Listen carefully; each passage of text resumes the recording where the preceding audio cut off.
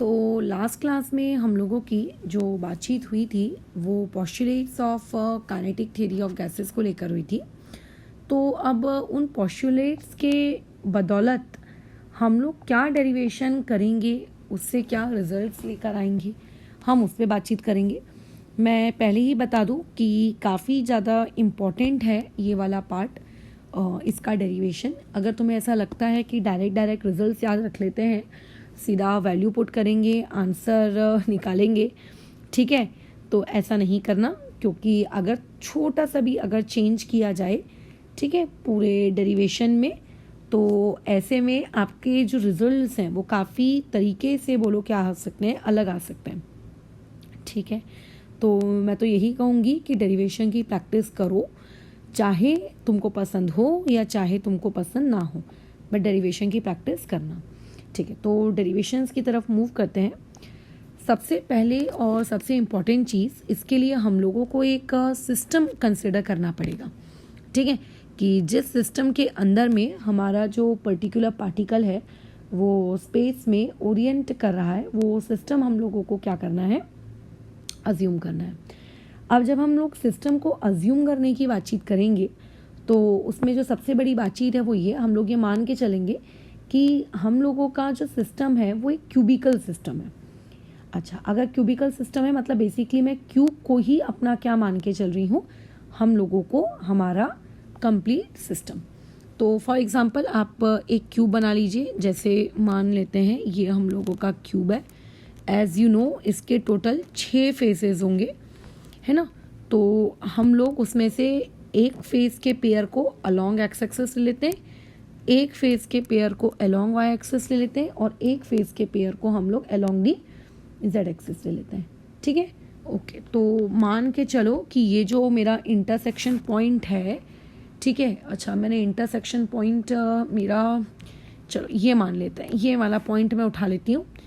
तो ये वाली जो एक्सिस है, ठीक है, इस वाली एक्सिस को मान के रखो कि हमने क्या ले लिया है, हम लोगों की एक्स एक्सिस। अच्छा, अब चाहो तो मैं ऊपर वाली को y ले सकती हूँ, तुम्हारी मर्जी, तुम्हें जैसा कंसिडर करना है करो। तो ये वाला जो एक्सिस है इसको मैंने क्या ले लिया, मेरा y एक्सिस, और ये वाला जो पीछे की तरफ जा रहा है, ठीक है, ये आप लोगों का कौन सा है, z एक्सिस। तुम्हें हालांकि अभी ऐसा लगेगा कि इस एक्सिस के बीच में मैडम ये 90 डिग्री कैसे मेंटेन्ड है, बट ये तो तुम भी जानते हो कि क्यूब में हर एंगल 90 डिग्री के होते हैं, ठीक है। अच्छा, अब मेरी जो पूरी बातचीत है ना वो इन 2 फेजेस के अलोंग चलेगी, एक आपका ये वाला फेस, ये वाला, ठीक है। अच्छा, और दूसरा मैं कौन से वाले फेस की बात कर रही हूँ, ये वाला।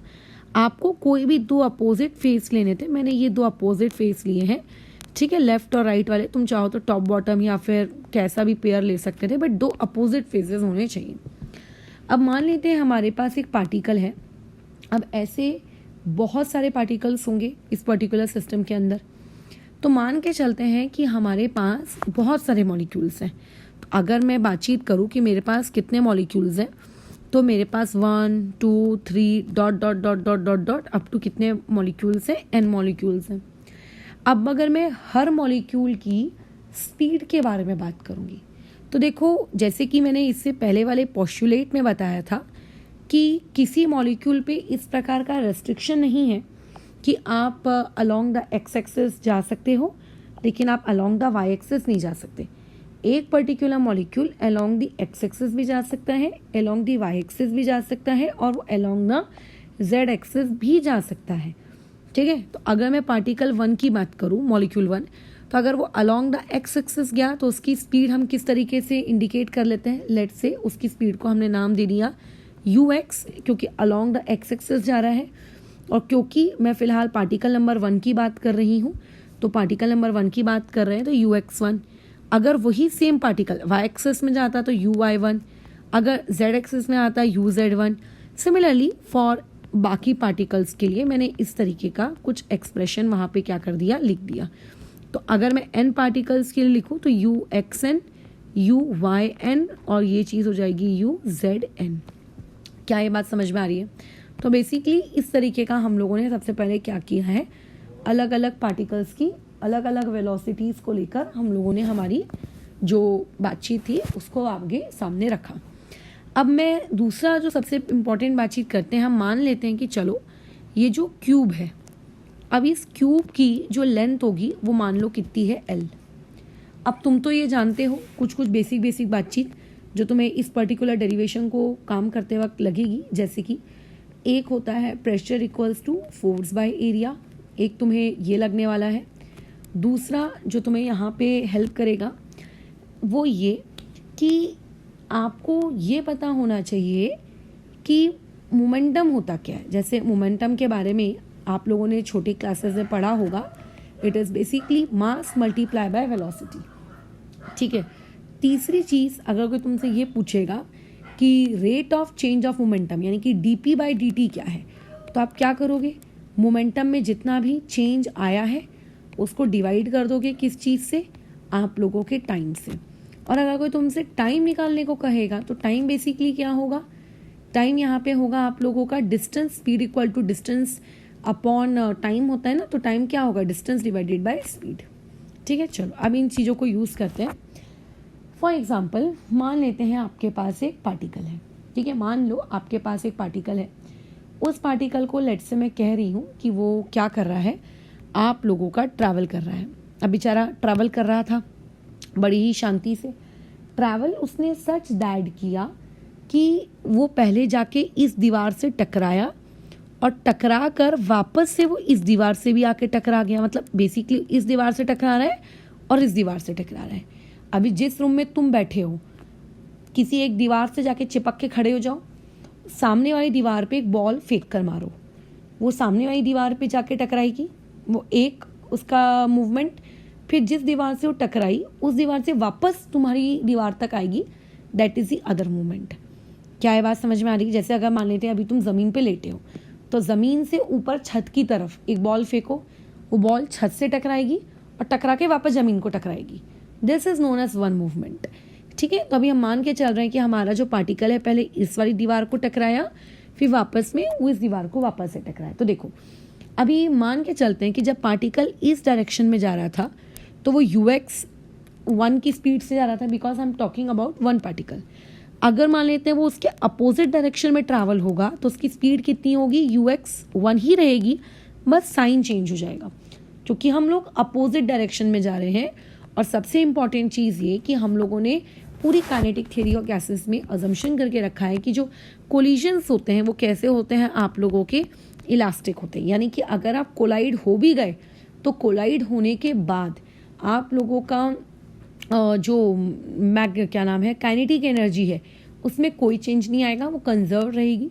सो काइनेटिक एनर्जी क्या है, हाफ mv²। अब मास तो चेंज होगा नहीं ना टकराने के बाद, इसका मतलब वेलोसिटी में भी कोई चेंज नहीं आ रहा होगा, समझ रहे हो?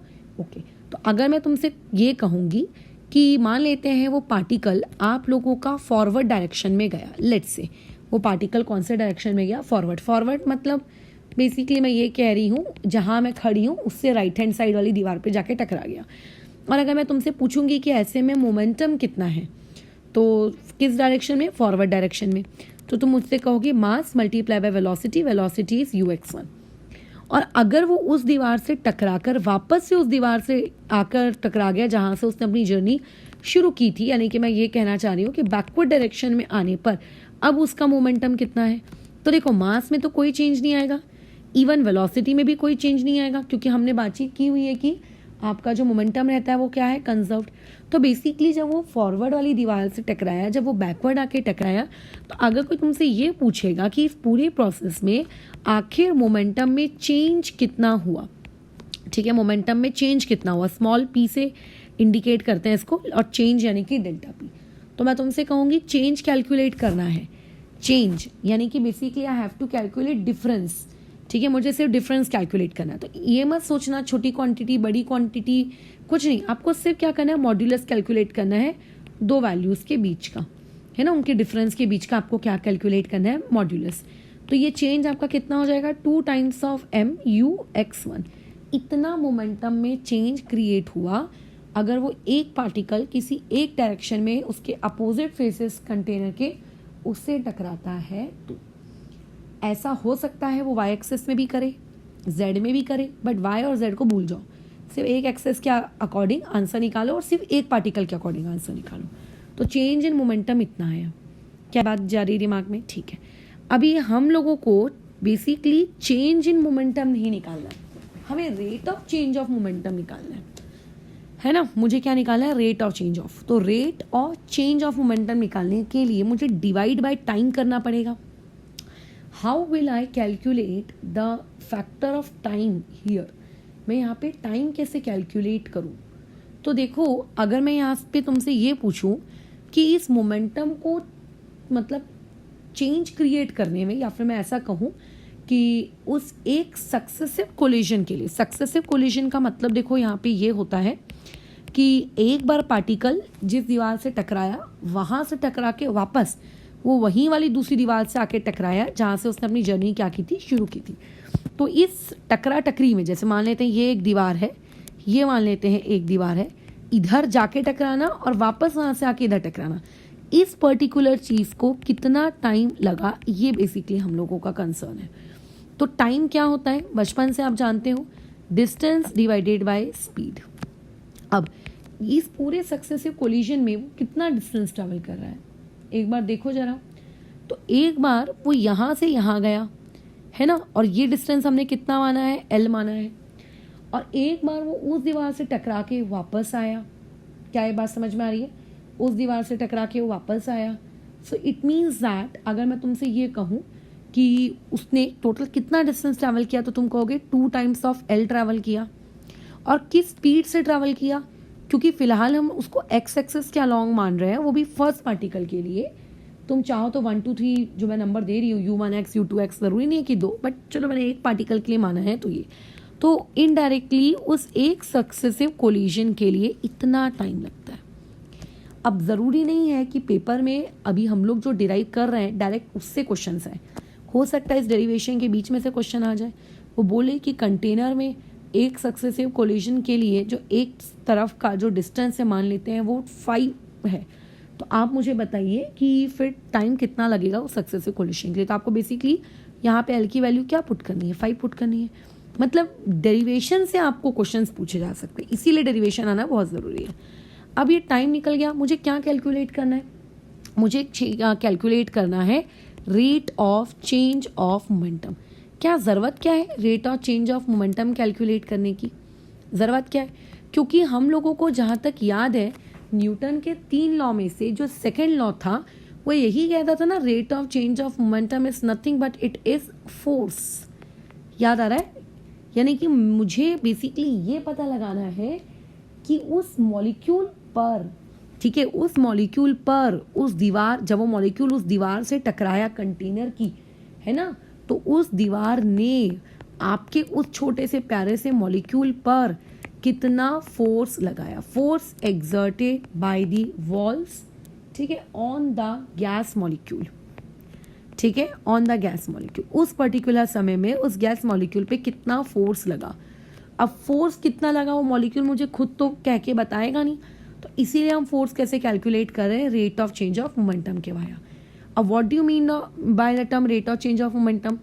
Rate of change of momentum is simply कि आपके मोमेंटम में कितना चेंज आया है ना, डिवाइडेड बाय वो चेंज कितने टाइम में आया है, will simply give you force.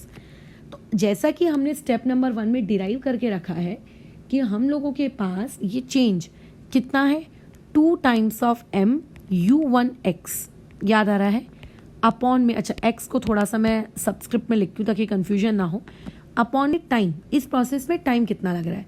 तो टाइम अभी अभी स्टेप नंबर 2 में हमने निकाला, कितना लग रहा है? 2 टाइम्स ऑफ L, और अपॉन में बोलो कितना, u1x।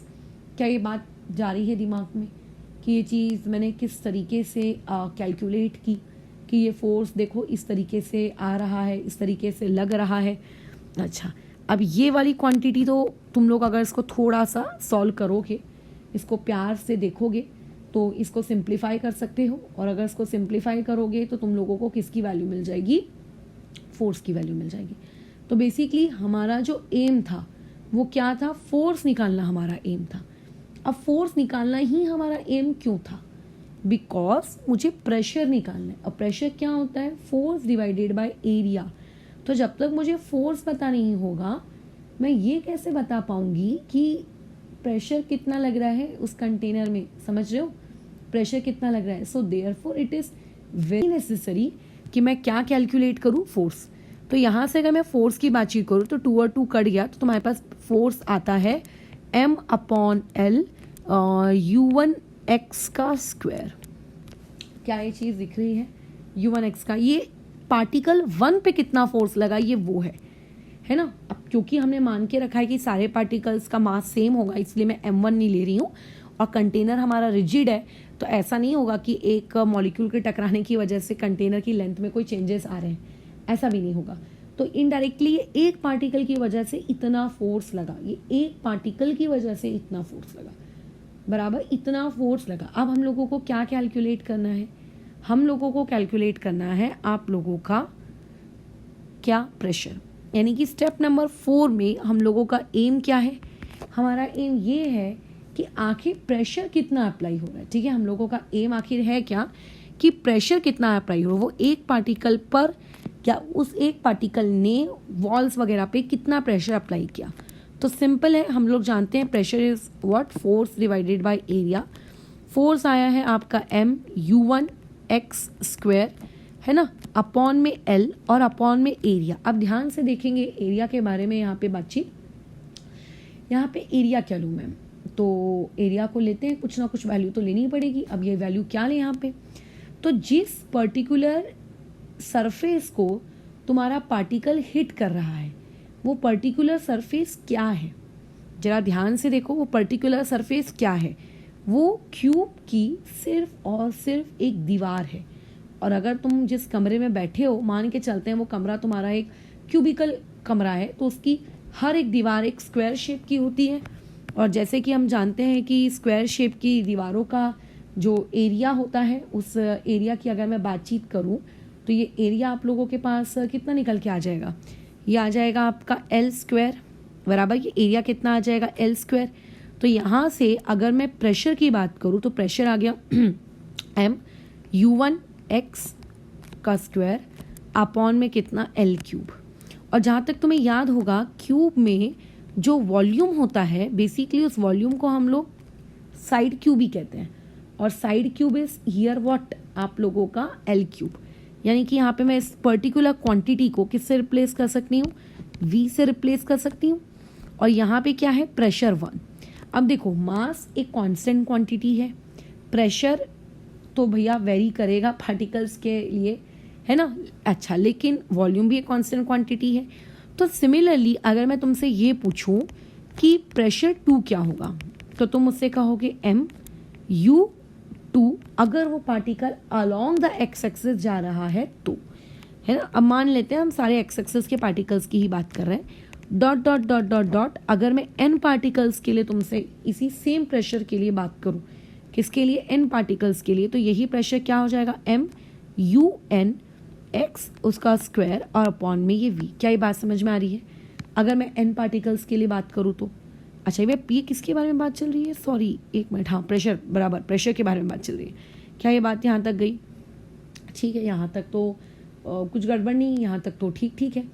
अब ऐसे केस में अगर मैं तुमसे कहूँ कि अलोंग दी एक्स एक्सिस जितने भी पार्टिकल्स थे, n नंबर ऑफ पार्टिकल्स थे, वैसे तो हमको पता है, बट फिर भी अलोंग दी एक्स एक्सिस जितने भी पार्टिकल्स थे, उन सारे पार्टिकल्स ने मिलके कितना फोर्स लगाया होगा, या फिर मिलके उन्होंने कितना प्रेशर क्रिएट किया होगा, है ना, along the x direction. We are not talking about any other direction like आपका y axis, along the Z axis, हम उनके बारे में तो अभी बात ही नहीं कर रहे हैं। हम बात किसके बारे में कर रहे हैं कि अगर सारे एक्स एक्सिस की तरफ ट्रैवल करने वाले सारे पार्टिकल्स को अगर मैं क्लब कर लूँ तो सारे पार्टिकल्स मिलके कितना प्रेशर क्रिएट कर रहे होंगे। तो यानी कि अगर आपको टोटल प्रेशर निकालना है कि टोटल प्रेशर कितना क्रिएट हो रहा है अलोंग दी आपका एक्स एक्सिस, तो हम लोग बातचीत कर लेते हैं अलोंग एक्स एक्सिस के बारे में। तो अलोंग एक्स एक्सिस जो टोटल प्रेशर क्रिएट हो रहा है, ठीक है, अलोंग एक्स एक्सिस, एक मिनट, आई थिंक ये डिस्चार्ज हो गया है, हाँ इसको थोड़ा सा चार्ज करने की नीड है।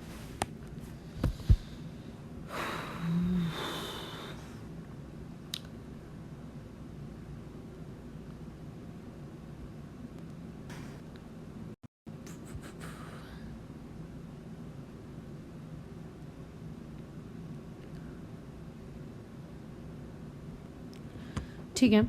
तो देखो अलॉन्ग एक्स एक्सिस अगर मैं इस बारे में बातचीत करूँ कि टोटल कितना आप प्रेशर क्रिएट कर रहे हो, तो टोटल प्रेशर की अगर मैं हम बात करें तो पी टोटल आखिर होगा क्या, जो प्रेशर फर्स्ट पार्टिकल ने एक्स एक्सिस के दौरान ट्रैवल करते हुए क्रिएट किया, सेकेंड पार्टिकल ने एक्स एक्सिस के अलॉन्ग ट्रैवल करते हुए क्रिएट किया, ऐसे करते करते एन नंबर ऑफ पार्टिकल्स ने जो प्रेशर क्रिएट किया। तो तुम ये देखना हर प्रेशर में एम अपॉन कैपिटल वी, इसको ना कैपिटल वी लिखो। कैपिटल वी कैसा है समझ में आता है भैया कि वॉल्यूम को इंडिकेट कर रहा है। कई बुक्स वाले कैसे होते हैं, वॉल्यूम को भी वी देते हैं, स्पीड को भी वी देते हैं, तो कंफ्यूज हो जाते हैं, बट स्पीड का वी स्मॉल वाला रहता है, बस इतना ध्यान रखना। तो एक काम करते हैं, एम अपॉन वी को तो भैया कॉमन निकाल लो। तो ब्रैकेट में क्या क्रिएट हो रहा है, ब्रैकेट में ये क्रिएट हो रहा है u1x का स्क्वायर प्लस u2x का स्क्वायर प्लस u3x का स्क्वायर, मतलब x एक्सिस के अलॉन्ग जितने भी पार्टिकल्स हैं उन सारी पार्टिकल्स की स्पीड्स का स्क्वायर करो और फिर उनका समेशन करो, फिर उनको ऐड करो। ठीक है, लेकिन इससे कुछ इंपॉर्टेंट रिजल्ट तो हमारे हाथ लगा नहीं, अभी लगेगा। इसी पर्टिकुलर एक्सप्रेशन को आप एक काम करो, किससे मल्टीप्लाई करो, कैपिटल एन से। किससे मल्टीप्लाई करो, कैपिटल एन से मल्टीप्लाई करो। जहाँ पे एन का मतलब क्या है, कैपिटल एन का मतलब है कि उस पर्टिकुलर कंटेनर में अलॉन्ग मतलब टोटल कितने नंबर ऑफ मॉलिक्यूल्स हैं। तो मैंने एन से मल्टीप्लाई भी किया और एन से मैंने डिवाइड भी किया। इसको मैं एडजस्टमेंट कह रही हूँ। ऐसा क्यों किया, देखो क्योंकि ये वाली जो क्वांटिटी है, इस क्वांटिटी को हम एक नाम देने वाले हैं। क्या नाम देंगे, देखो पहले एम वैसे का वैसी, कैपिटल एन न्यूमरेटर वाला वैसे का वैसी, अपॉन में कैपिटल वी यानी कि वॉल्यूम वैसे का वैसी। जिसको मैंने वो ब्लू मार्क किया है उस पर्टिकुलर को हम कहेंगे आप लोगों का यू, यू के ऊपर बार एक्स और उसका स्क्वायर। यानी कि वो ये बता रहा है कि जितने भी particles along the x axis थे उनका हमने क्या किया, सभी का स्क्वायर करके फिर उन्हें ऐड किया और फिर डिवाइड बाय उसको किससे कर रहे हो आप, एन से डिवाइड करो। डोंट यू थिंक अगर मैं सबका स्क्वायर हटा दूं तो एक तरीके से ये मीन निकालना ही कहलाएगा। मीन याद करो, 9वीं कक्षा में आपने मीन निकालना पड़ा था, sum of n observations divided by n number of observations. तो एन क्या है, नंबर ऑफ ऑब्जर्वेशंस, मतलब डिनोमिनेटर में तो अभी भी नंबर ऑफ ऑब्जर्वेशंस है, बस फर्क इतना है न्यूमरेटर में सारी ऑब्जर्वेशंस का पहले स्क्वायर किया गया और फिर सम किया गया। क्या ये बात समझ में आ रही है? अगर स्क्वायर नहीं किया जाता, directly sum divide by N कर दिया जाता, तो हम उसको क्या कहते, एवरेज स्पीड। उसे क्या कहते, एवरेज स्पीड बराबर या मीन स्पीड। लेट से मीन वेलोसिटी, मीन स्पीड, अब केमिस्ट्री में वी स्पेलर स्पीड बोलो वेलोसिटी बोलो सब एक ही बराबर है। बट क्योंकि यहाँ पर आप पहले क्या कर रहे हो, उसका स्क्वायर कर रहे हो और फिर उनका समेशन करके फिर उसको एन से डिवाइड कर रहे हो, so this particular quantity is known as average square velocity. क्या कहलाती है, एवरेज स्क्वायर वेलोसिटी, या फिर आप मीन स्क्वायर एवरेज की जगह आप दूसरा वर्ड भी इस्तेमाल कर सकते हो, दैट इज मीन। यहाँ पे भी एवरेज ही लिया गया ना, बस स्क्वायर करके एवरेज लिया गया। ठीक है, तो ये मुझे क्या पता चल गया, टोटल प्रेशर कितना क्रिएट हो रहा है अलोंग दी विच एक्सिस, बोलो अलोंग दी एक्स एक्सिस। मतलब अलोंग दी एक्स एक्सिस जितने भी पार्टिकल्स थे उन्होंने इतना प्रेशर क्रिएट किया। तो अगर मैं सिमिलरली बातचीत करूं कि जितने भी particles along the Y axis गए होंगे या फिर जितने भी particles along the Z axis गए होंगे, उन्होंने भी तो कुछ ना कुछ टोटल प्रेशर कंट्रीब्यूट किया ही होगा। तो उनका टोटल प्रेशर का डेरिवेशन भी यही आएगा, उसमें भी एम आएगा, उसमें भी कैपिटल एन आएगा, उसमें भी कैपिटल वी आएगा। बस फर्क इतना है कि यहाँ पर हम लोग क्या लिख देंगे, यू बार वाई और ये स्क्वायर। बस फर्क इतना है कि अगर बातचीत इसकी की जाए अलोंग दी जेड एक्सिस, तो ये चीज़ में फ़र्क इतना आएगा कि ब्रैकेट में जो आप लिखते हो स्पीड, वो क्या हो जाएगी आप लोगों की अलोंग दी जेड एक्सिस। अच्छा, अब इसमें कई लोगों की जो शैतानी खोपड़ी है वो ऐसी चलती है कि मैडम अगर कुछ पार्टिकल्स एक्स एक्सिस में चले गए होंगे तो फिर total number of particles Y axis में जाने वाले एन थोड़ी ना होंगे, फिर तो एन माइनस उतने पार्टिकल्स होंगे जो एक्स एक्सिस में गए हैं।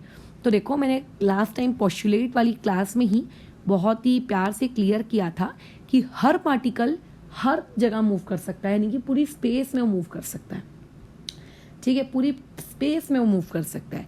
ऐसा नहीं है कि हम उसको किसी पर्टिकुलर डायरेक्शन में कन्फाइंड रख रहे हैं। तो ऐसे में अगर फर्स्ट पार्टिकल अभी फिलहाल अगर एक्स डायरेक्शन में है तो फिर वो किसी ना किसी मोमेंट ऑफ टाइम में वाई और जेड डायरेक्शन में भी रहा होगा ज़रूर। तो इसमें इसीलिए जो कैपिटल एन की वैल्यू है वो चेंज नहीं होगी। ठीक है। अच्छा, अब अगर कोई मुझसे ये कहेगा कि आपको बताना है कि आखिर टोटल प्रेशर कितना क्रिएट हो रहा है उस कंटेनर के अंदर, तो अगर मुझे उस कंटेनर के अंदर टोटल निकालना है, टोटल मतलब ड्यू टू ऑल एक्सेस, तो ऑल एक्सेस के लिए अगर मैं टोटल प्रेशर निकालूंगी तो बेसिकली मुझे ये करना पड़ेगा P X plus P Y, मतलब वाई की वजह से जो प्रेशर क्रिएट हुआ, जेड की वजह से वो प्रेशर क्रिएट हुआ। एग्री करते हो इस चीज़ से? हाँ, ये तो करना पड़ेगा, है ना? बिल्कुल। अब देखो, हम लोगों का जो सभी प्रेशर में जो चीज़ कॉमन है वो है मास। अब ये तो तुम जानते हो कि जितने भी गैस मॉलिक्यूल्स उस कंटेनर के अंदर होंगी उनका आइडेंटिकल मास होगा। वॉल्यूम तो उस रिजिड कंटेनर का चेंज होगा नहीं, तो वी तो वैसे भी सेम होगा। कैपिटल एन का मतलब है टोटल नंबर ऑफ मॉलिक्यूल्स, वो भी सेम नहीं होंगे। मतलब स्टार्टिंग का जो आपको फ्रैक्शन दिख रहा है वो तो कांस्टेंट है। वैरी सिर्फ और सिर्फ वहाँ पे आप लोगों का बेसिकली क्या हो रहा है, U x square, U Y square और आप लोगों का बेसिकली यू जेड स्क्वायर। क्या मैं ये कह सकती हूँ? हाँ, ये आप कह तो सकते हो।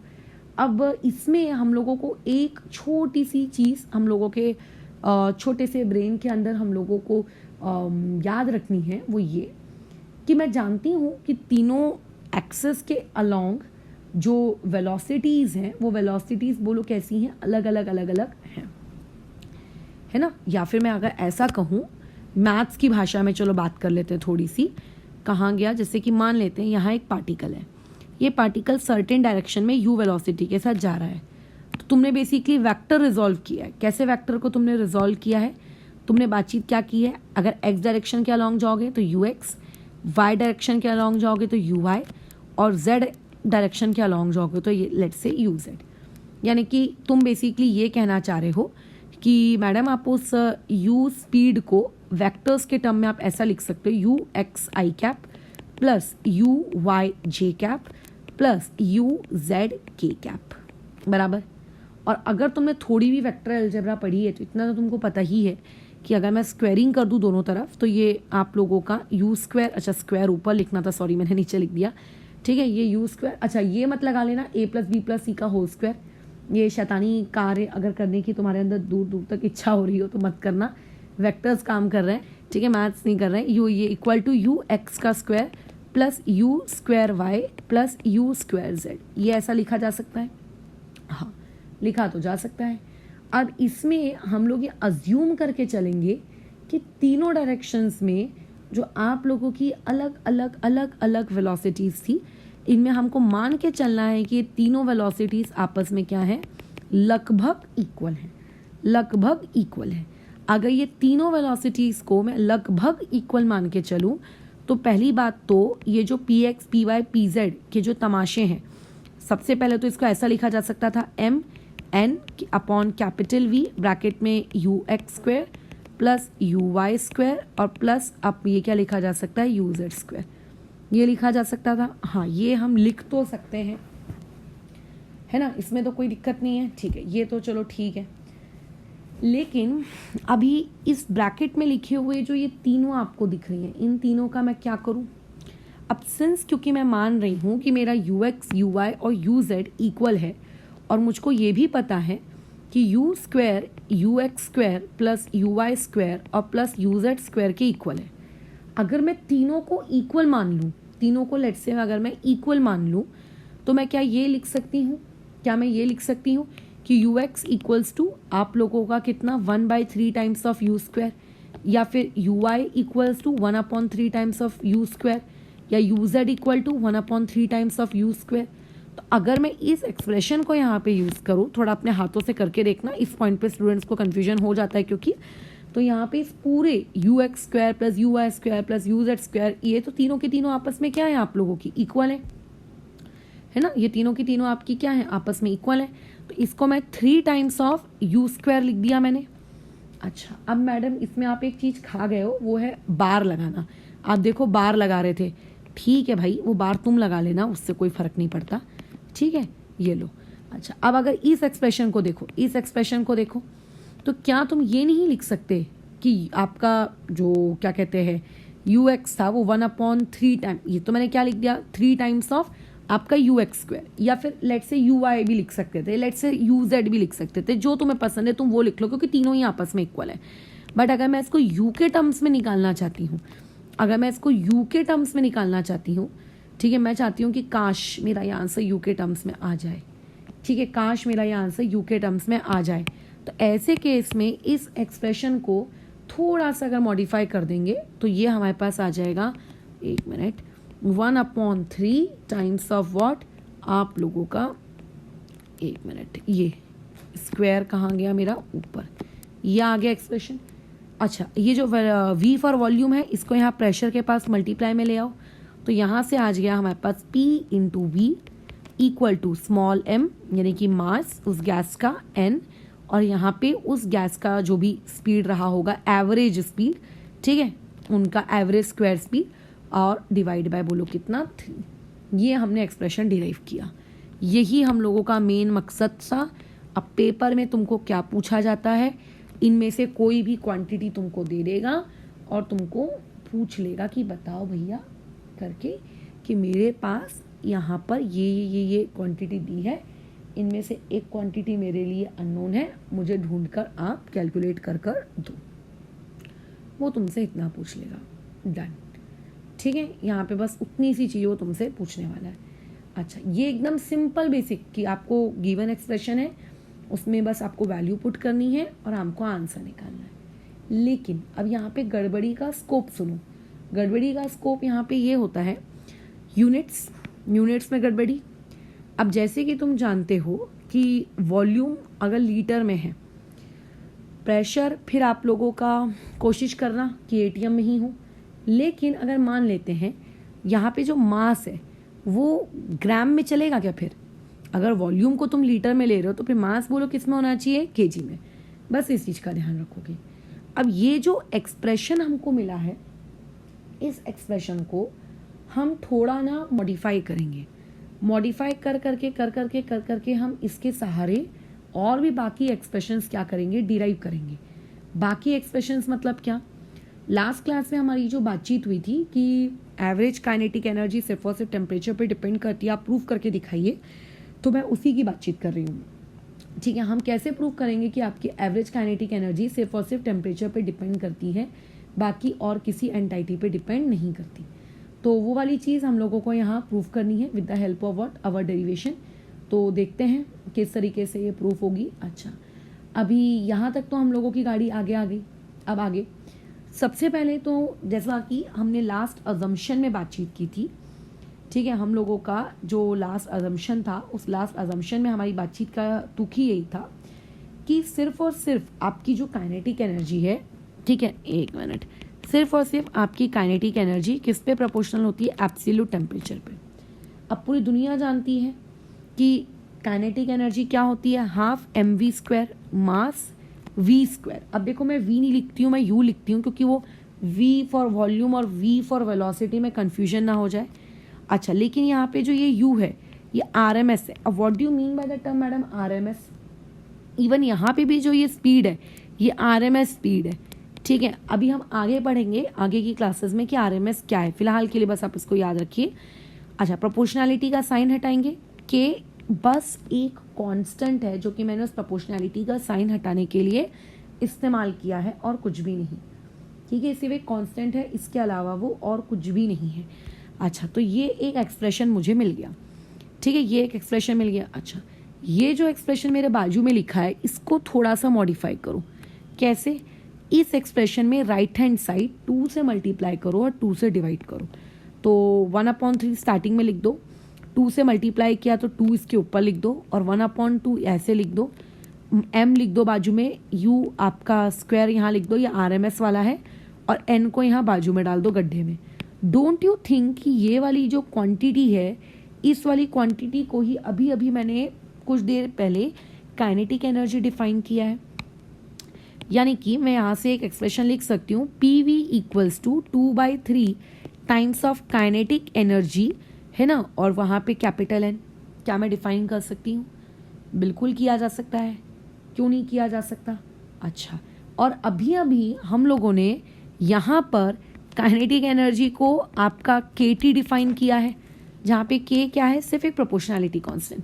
तो इन दोनों एक्सप्रेशंस को अगर हम यूज़ करें तो यहाँ से हमारे पास एक रिजल्ट आता है PV equal to 2/3 kinetic energy के बदले that K that T that capital N। तो यहाँ से ये दिख रहा है, यहाँ से मेरे पास क्या एक्सप्रेशन आया, PV वाला क्या एक्सप्रेशन आया, अच्छा ये तो दिख गया, यहाँ से तो दिख गया। अच्छा, इस एक्सप्रेशन को हम यूज़ करेंगे, ठीक है, यूज़ करेंगे for deriving various gas laws, ठीक है, जो हमने अभी तक के गैस लॉ पढ़े ना, बोल्स लॉ वगैरह वगैरह, वो सारे गैस लॉ को हम यूज़ करेंगे, इसको यूज़ करेंगे उन्हें डिराइव करने के लिए। बट ज़रा यहाँ पे अपनी आंखें देखो, इस आंखों यहाँ से देखो ज़रा, यहाँ पर आते हैं इस एक्सप्रेशन में। तो यहाँ पर अगर मैं तुमसे कहूँ इस एक्सप्रेशन को देखकर, पॉइंट नंबर 1 इमेजिन करिए। सबसे पहले तो आपको ये इमेजिन करना है सारे गैसेस को डिराइव करते वक्त कि अमाउंट ऑफ गैस, ठीक है, जो भी आप ले रहे हो अमाउंट ऑफ गैस यानी कि नंबर ऑफ मोल्स या फिर मॉलिक्यूल्स, वो बेसिकली आप फिक्स्ड कर रहे हो, है ना। For fixed amount of gas के लिए आप ये डेरिवेशंस करते हो। ये तो हमारी बातचीत उस वक्त भी हुई थी। तो अगर मैं मान के चलूँ, मैं तुमसे ये कहूँ कि इमेजिन करिए टेम्परेचर बराबर कांस्टेंट है, क्योंकि बोल्स लॉ में तो टेम्परेचर बराबर कांस्टेंट होता ही है। तो ऐसे में जो आपका PV होगा, ऊपर वाले एक्सप्रेशन पे ध्यान दो, 2/3 KTN। देखो ये 2/3 constant, K proportionality constant, T तुमने कांस्टेंट रखा, N तो कांस्टेंट रहेगा ही, for fix amount of gas की बात की जा रही है। सो पूरा का पूरा PV कांस्टेंट आ गया। डोंट यू थिंक कि इसी चीज़ को बेसिकली हम लोग बोल्स लॉ कहते थे, यही चीज़ हमारी बोल्स लॉ कहलाती थी। यानी कि जिस बोल्स लॉ को हम लोग अभी तक ये कहते आ रहे थे कि ये एक्सपेरिमेंटल कंसेप्ट है ना, उसको ऑब्जर्व कर करके बनाया गया है, इसका एक मैथमेटिकल बैकग्राउंड तैयार हो गया कि नहीं, देखो मैथमेटिकली भी ये चीज़ प्रूव की जा सकती है कि अगर टेम्परेचर बराबर कांस्टेंट रखा जाए तो PV क्या होता है, कांस्टेंट होता है। सिमिलरली अगर मैं बातचीत करूँ, चलो प्रेशर इक्वल टू कांस्टेंट की, तो अब मुझे बताओ क्या होता है, PV equals to 2/3 KTN। Pressure constant, 2/3 constant, K constant, N constant, so V directly proportional to T आ गया, V directly proportional to T। इसी पर्टिकुलर लॉ को हम लोग क्या कहते हैं, चार्ल्स लॉ कहते हैं। लो ये भी प्रूफ हो गया, चार्ल्स लॉ को भी मैथमेटिकल बैकग्राउंड मिल गया, है ना। अच्छा, यहीं से हम लोग हमारा डेरिवेशन नंबर 3 उतार लेते हैं। वो लोग कौन, वॉल्यूम बराबर आप कांस्टेंट रखो तो क्या हो जाएगा, वही घिसा पिटा, मैं डायरेक्ट लिख देती हूँ तो तुम समझ जाओगे कि प्रेशर डायरेक्टली प्रोपोर्शनल हो जाएगा किस चीज़ के, टेम्परेचर के। और इस पर्टिकुलर चीज़ को हम लोग क्या कहेंगे, आप लोगों का गैर-लुसाक्स लॉ। तो ये गैर-लुसाक्स लॉ भी हमारा कांस्टेंट आ गया। तो बेसिकली जो गैसियस लॉ अभी तक एक्सपेरिमेंटल हुआ करते थे, उन एक्सपेरिमेंटल गैसियस लॉ को आप लोगों ने प्रूव करके दिखा दिया कि हाँ, उन लोगों का थियोरेटिकल बैकग्राउंड भी है, सिर्फ एक्सपेरिमेंटल ऑब्जर्वेशंस वो लोग नहीं हैं, ठीक है, वो लोग सिर्फ और सिर्फ एक्सपेरिमेंटल ऑब्जर्वेशंस नहीं है, उनका थियोरेटिकल बैकग्राउंड भी है। अब लेकिन हमने जो सबसे बड़ा अजम्पशन किया था पिछला काइनेटिक थ्योरी ऑफ गैसेस पढ़ते वक्त, वो क्या किया था, हम ये मान के चल रहे थे कि सारे के सारे पार्टिकल्स की जो एवरेज काइनेटिक एनर्जी है वो हम कांस्टेंट रख रहे हैं, राइट। तो पहली बात तो आपने मैडम काइनेटिक एनर्जी का अभी तक डेरिवेशन किया ही नहीं, तो अभी हम लोग बेसिकली डेरिवेशन करने वाले हैं किस चीज़ का, काइनेटिक एनर्जी का, ठीक है। कैसे करेंगे, देखो बहुत ही सिंपल है। अगर मान लेते हैं मेरे पास एक मॉलिक्यूल होता है ना, एक मॉलिक्यूल, तो एक मॉलिक्यूल के लिए मेरे पास काइनेटिक एनर्जी कितनी आएगी, हाफ मास उस मॉलिक्यूल का जो भी होगा, उसकी जो भी RMS स्पीड होगी उसका स्क्वायर। अगर मैं ऐसे कहूँ कि मेरे पास एक मोल पार्टिकल, एक मोल गैस है, अब तुम तो जानते ही हो अच्छे से कि एक मोल का मतलब होता है आपके पास Na मॉलिक्यूल्स, ये जानते हो, एक मोल का मतलब क्या होता है, Na मॉलिक्यूल्स। तो ऐसे Na मॉलिक्यूल्स के लिए मेरे पास काइनेटिक एनर्जी कितनी आएगी, हाफ Na इंटू जो भी आपका मास था RMS स्पीड का स्क्वायर। क्या यहाँ तक कोई तकलीफ, बिल्कुल नहीं, यहाँ तक तो सब कुछ क्लियर है। अच्छा चलो बढ़िया। और क्या करें, तो मुझे 1 मोल ऑफ गैस के लिए पता चल गया एक मॉलिक्यूल ऑफ गैस के लिए पता चल गया, फिर और आगे क्या कहानी है।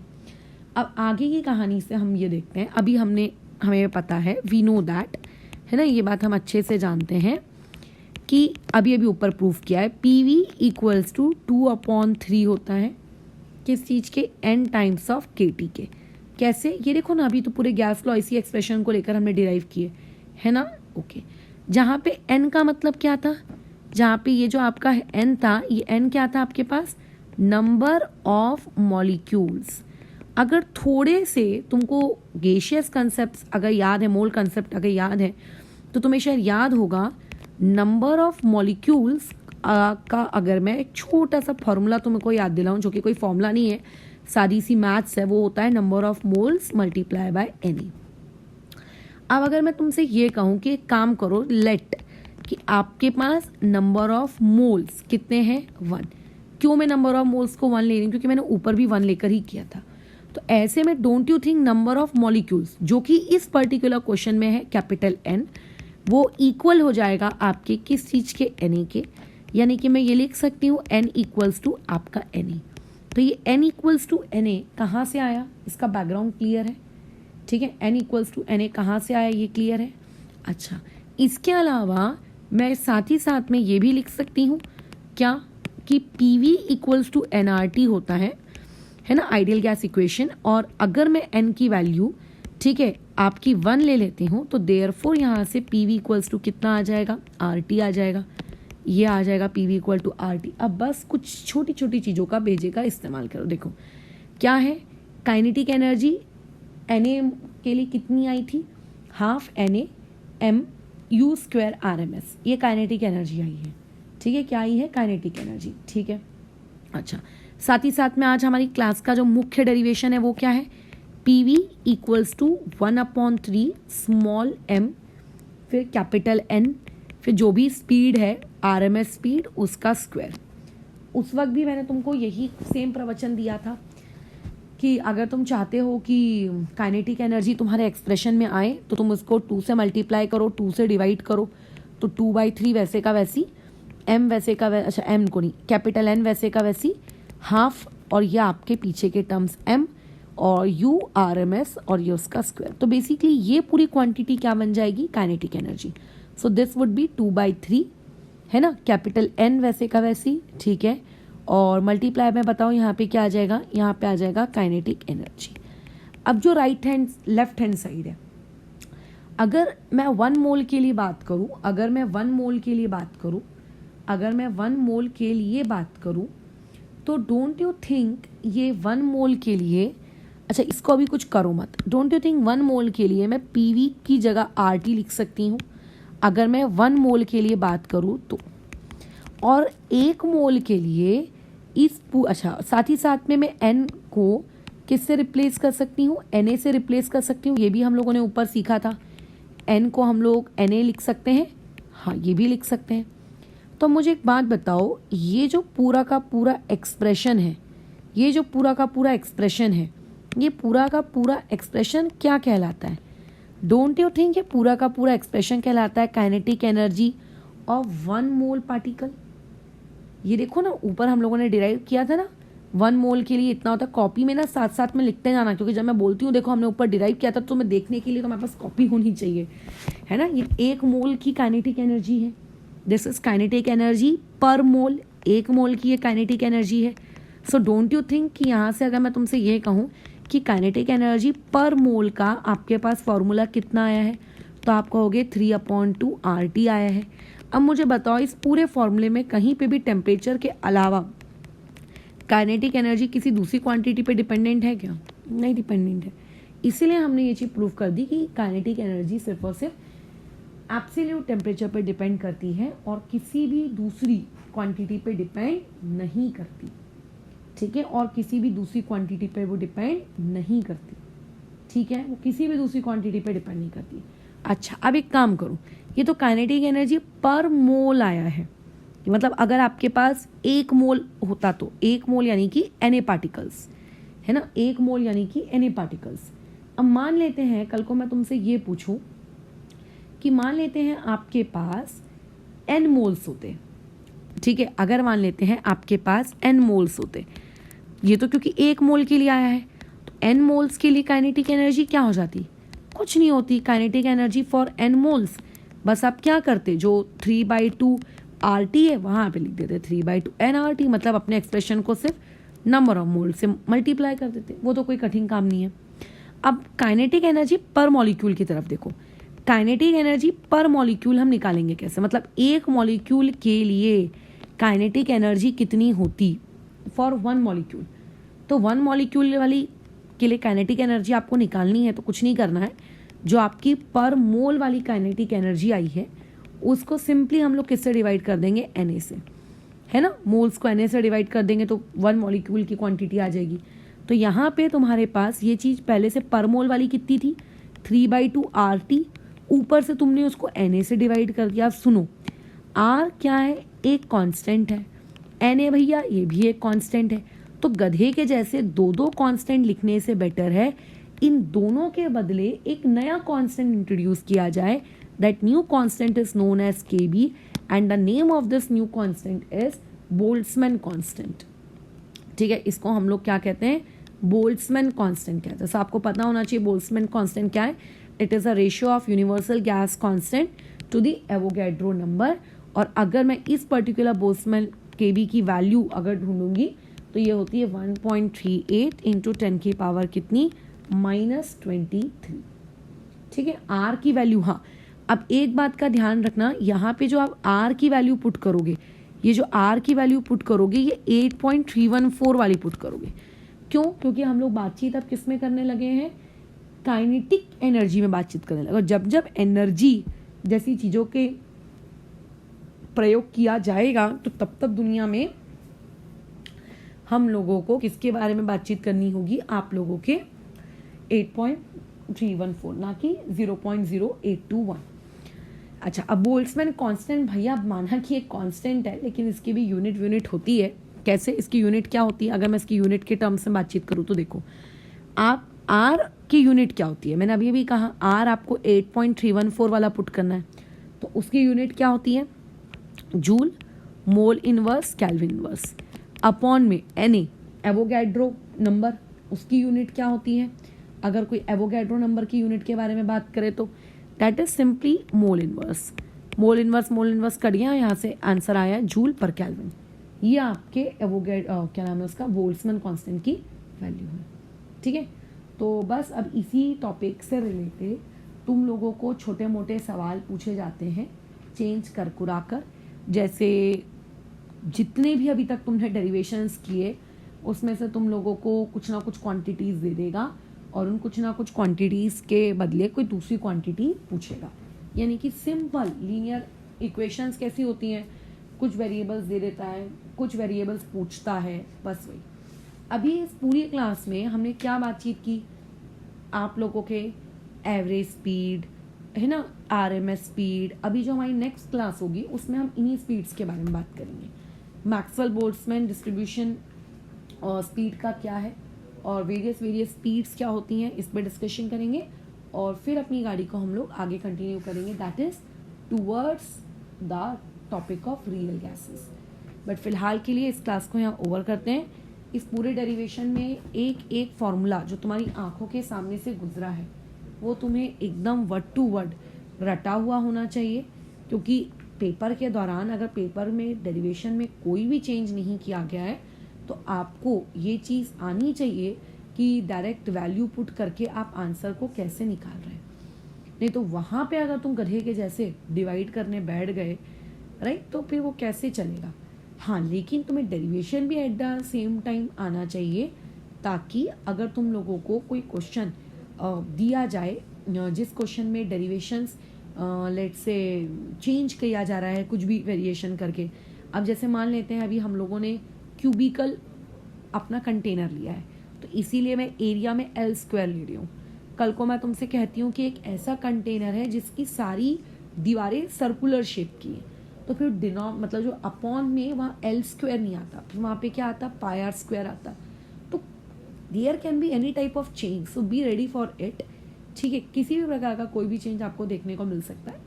ठीक है। तो देयर फॉर डेरिवेशन आना चाहिए, बट उससे ज़्यादा ज़रूरी है कि आपको फॉर्मूलेज भी आना चाहिए ताकि आप डायरेक्ट वैल्यूज पुट करके आंसर को कैलकुलेट कर सकें। फिलहाल इस चीज़ को यहाँ पे रोकते हैं।